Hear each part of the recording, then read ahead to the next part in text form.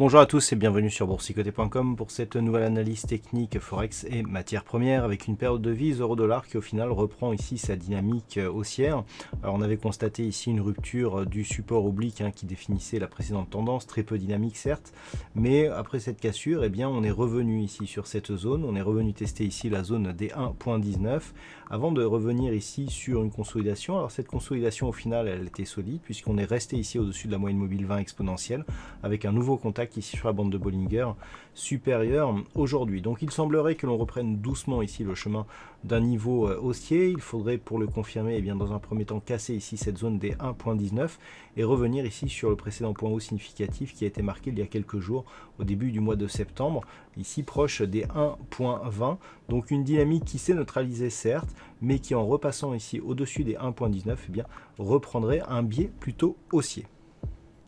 Sur la paire de devises livre sterling contre dollar américain, nous pouvons constater ici que le mouvement est très technique. On avait constaté ici une baisse avec un retour ici sur la zone des 1.3010 qui avait été validée ici en tant que résistance avant une nouvelle ici accélération.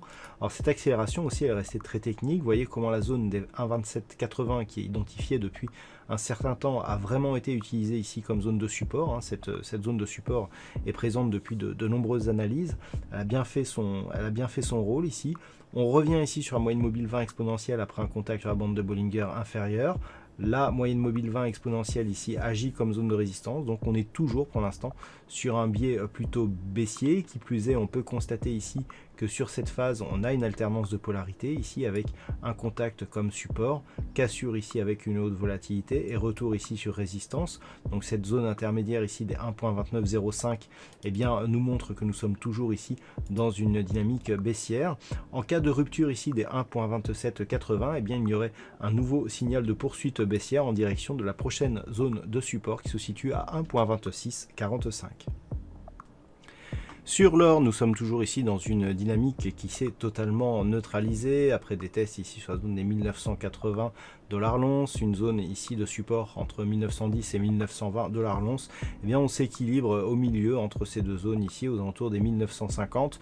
Donc une dynamique totalement neutralisée. Alors d'un point de vue moyen terme, ça reste haussier puisque nous avons eu ici une forte hausse avec un nouveau point haut historique avant cette phase de stabilisation. Mais pour relancer ici cette dynamique, il faudrait désormais repasser au-delà des 1980 $ l'once pour valider ici un possible retour sur la zone ici de résistance des 2070. Attention, en cas de cassure ici des 1885 $ l'once, eh bien, on aurait un début d'invalidation de cette dynamique haussière.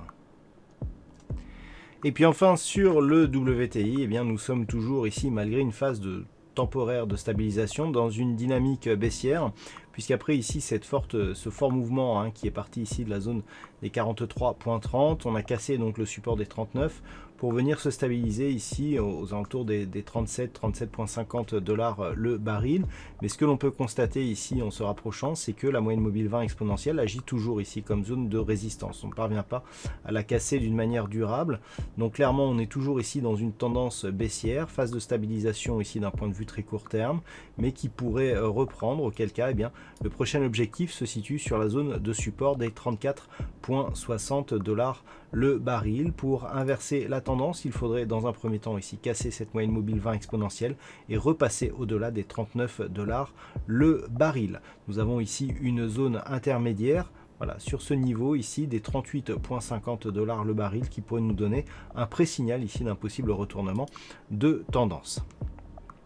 Voilà donc ce que l'on peut dire sur cette analyse technique Forex et matières premières.